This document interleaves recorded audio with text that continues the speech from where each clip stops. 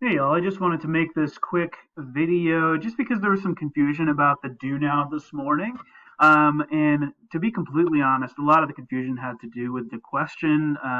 It was just like not a great question just because I accidentally wrote gray fur here for one of the alleles or one of the phenotypes when it was supposed to be white fur with a combination in the middle of gray fur. But we're going to go through this answer together just to make sure everybody's on the same page. So let's make sure we're tracking the screen here, and we'll do this together. All right, so the question asks, or says, in dogs, the gene for fur color has two alleles and is inherited by incomplete dominance. Remember, incomplete dominance is the kind of inheritance where we can have the dominant trait, the recessive trait, or something in the middle. Remember, incomplete reminds us of something in the middle. And the dominant allele is capital W, which codes for white fur, and the recessive allele is capital B, which codes for black fur. And so the female dog has black fur and the male dog has gray fur, and then you're asked to fill in these genotype and phenotype boxes based on the puppies that are in the boxes on the Punnett square. So let's go ahead and get some practice here. Reminder: we have a black female dog and a gray male dog. And remember, we use capital W and capital B for white and black. All right, so black fur female, gray fur male. All right, let me get my little pen out here.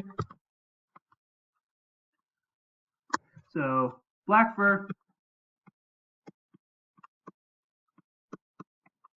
All right, that is the female or the mom. And then we have gray fur. That's a terrible G. Let me try that again. Capital G. Gray fur for the other parent data. All right, so we have black fur and gray fur. Remember, black fur is just that capital B, capital B. I'm going to put it right here to remind us.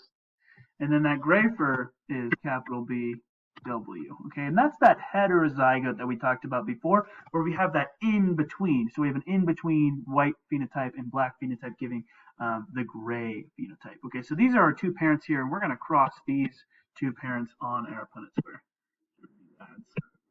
All right, so let's go ahead and create our Punnett square. Remember, we just make a big box with a window pane in the middle. And I'm going to do a little color coding here just to make sure that we are all on the same page. So we'll make mom red and we'll make dad green. So let's start with mom here with our capital B's because mom is a black furred dog.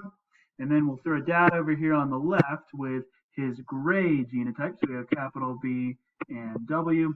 Okay, and then reminder, as always, we just drag the letters across and then drag the letters down. So I'm going to do dad here first. Capital B, just drag them across.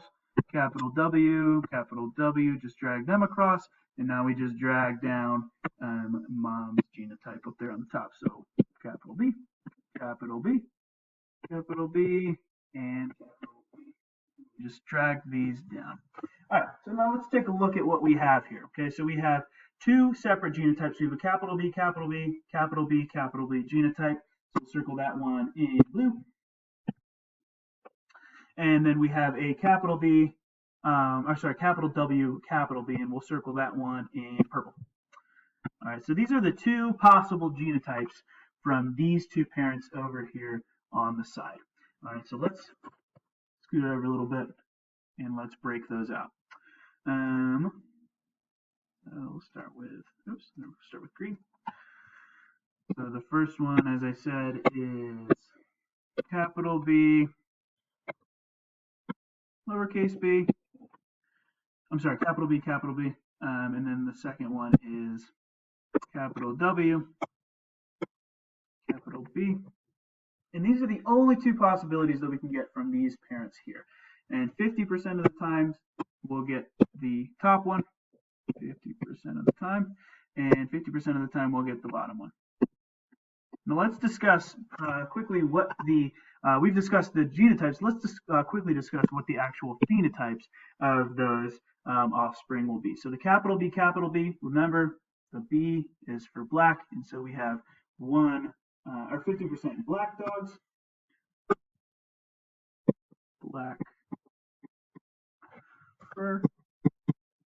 And then we have 50% here with the mix, or the white and black, which gives us our incomplete dominant gray fur. All right, so let's take a look here back in the do now. So the chances of having capital W, based on what we did here, the chances are a whopping 0%. All right, now we'll go down to capital W, capital B. Let's take a look at our work here. Capital W, capital B, that's a 50% chance. 50% chance. And then capital B, that's the one here. In these two boxes, that's a 50% chance. Oops, sorry, 50% chance.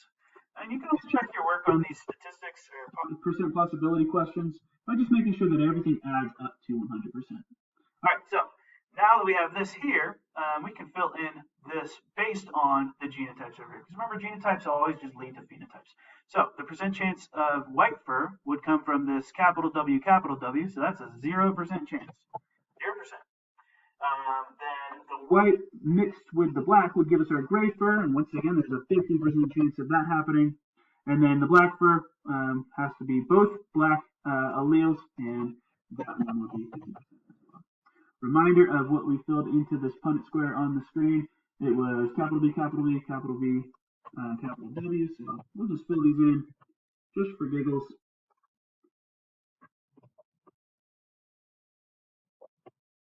With me.